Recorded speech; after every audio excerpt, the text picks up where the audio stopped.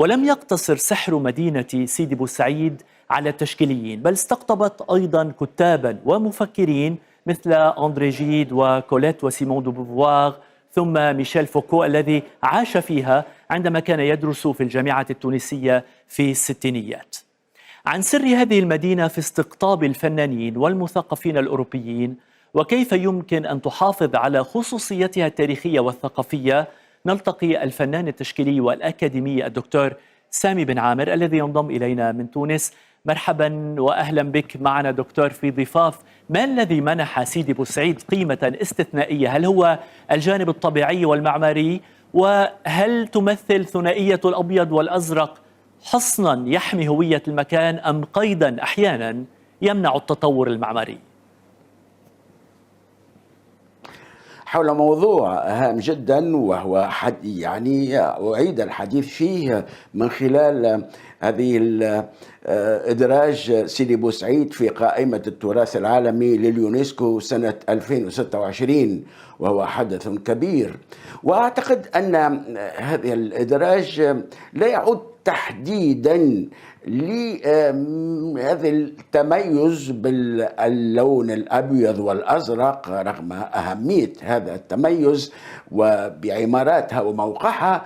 أرى أن العودة الأساسية هي والسبب الأساسي هو أن هذه القرية استطاعت عبر قرون أن تحافظ في نفس الوقت على شكلها الأولي، لكن كذلك تغيرت وفق التأثيرات الثقافية، لأن كانت سيدي بوسعيد تحت تأثيرات متعددة.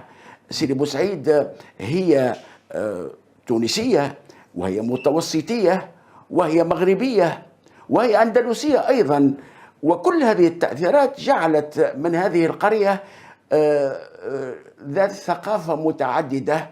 ولعل هذا التعدد الذي كان يحفظ أيضا هذا الطبيعة القارة والمشهد القار في سيدي بوسعيد هو الذي منحها قوة كبيرة وجعل من سيدي بوسعيد معلما هاما تراثيا، ونحن مسؤولين بهذا الاحتفال. نعم دكتور سامي، عادة ما يركز الفنانون نعم تفضل.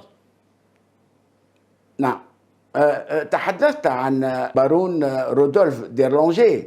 نعم. فعلا كان في بداية القرن العشرين واعيا بهذه الخصوصية، ولعل القصر النجمة الزهراء الذي بناه من أين يتكون فعلا من هذه الخصوصيات المتراكمة التي جمعها البارون في هذا القصر، وبين ثراء سيدي بوسعيد وثراء في الحقيقة الثقافة التونسية، لأن سيدي بوسعيد هي جزء من التاريخ التونسي. دكتور سامي، بالحديث عن البارون وبالحديث عن الفنانين المستشرقين، عادة بيركزوا على الأسلوب التقليدي للحياة. هل تجاوزوا برأيك بما قدمته سيدي بوسعيد الصورة الاستشراقية التقليدية لتقديم رؤية بصرية أعمق عن روح المدينة؟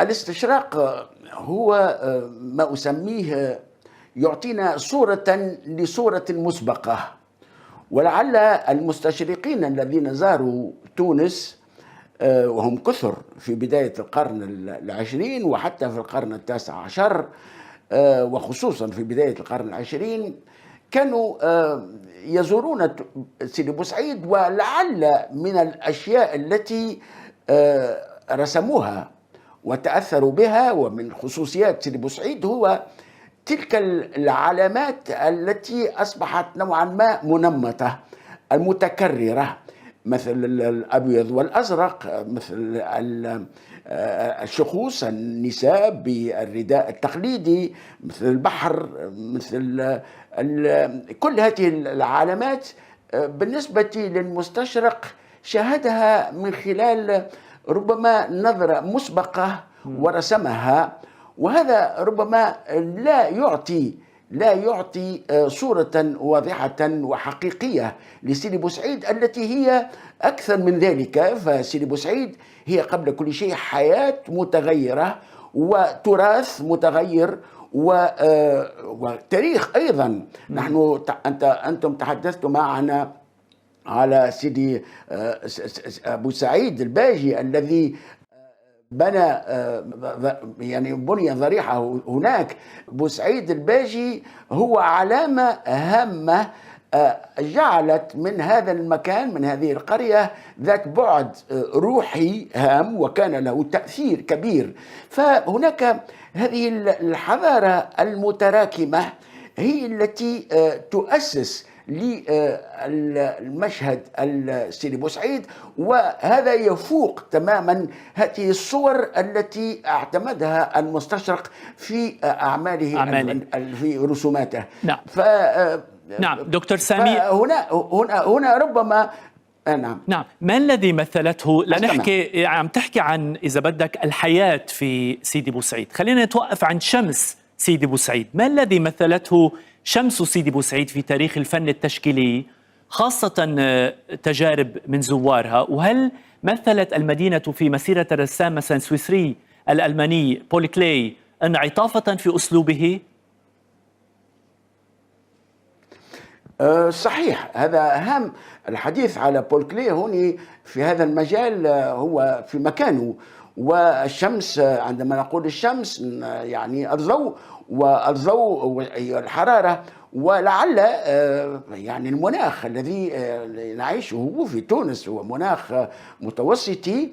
وهذه هذا الشمس، انعكاس الشمس على جدران البيوت يفضي إلى على جدران البيوت البيضاء، يفضي إلى إضافة أكثر من هذا الإشعاع ومن هذا الضوء.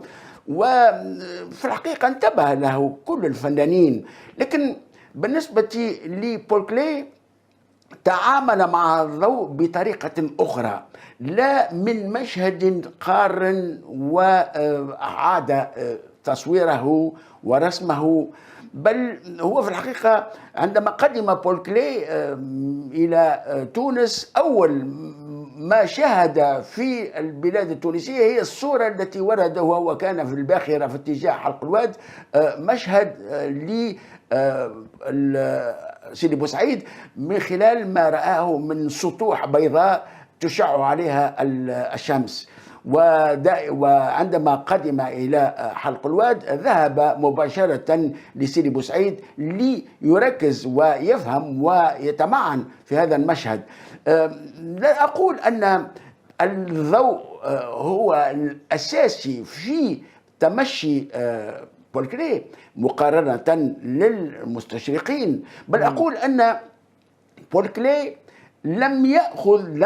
لم يتناول هذه الصور بطريقة مسطحة، بل تناولها في بناء جديد تشكيلي جعل من فنه ومن ممارسته الفنية شيئا مخالفا تماما، نظر لسيدي بوسعيد ولثقافتها وللعلامات التي أسس عليها لوحاته بعد ذلك سيدي بوسعيد، وكذلك القيروان، وكذلك البلدان التي زاد، جعل منها تمشي جديد كان أساس الحداثة في أوروبا. نعم دكتور سامي، في ظل تصنيف سيدي بوسعيد ضمن التراث الإنساني العالمي لليونسكو، كيف يمكن الحفاظ على أصالة المدينة وذاكرتها الحية في مواجهة ضغوط السياحة الجماهيرية لتبقى مكانا منتجا للفن كما ذكرت، لا مجرد واجهة استعراضية أو سياحية؟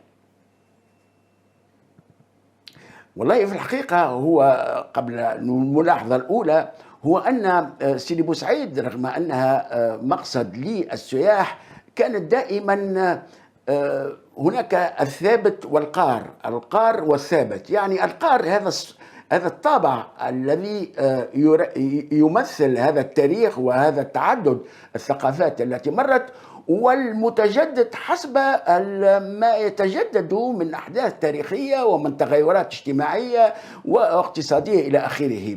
وأرى أن هذا التصنيف يأتي فعلا أولا ليبرز وليبين أن هذه المدينة أو هذه القرية هي فعلا ثروة بشرية، ثروة للإنسان العالمية، وهذا يعطيها دفع جديد. كذلك أرى أن هذا الدفع قد يكون على المستوى السياحي، وهذا دائما جيد لأن اقتصاديا يهم القرية يهمها هذا، لكن أرى أن هذا الدفع هو بالأساس لجعل هذه القرية تتواصل في هذا النسق التي بدأت فيه، وهي أن تكون يعني متعددة الحضارات، متعددة الثقافات ومتداخلة.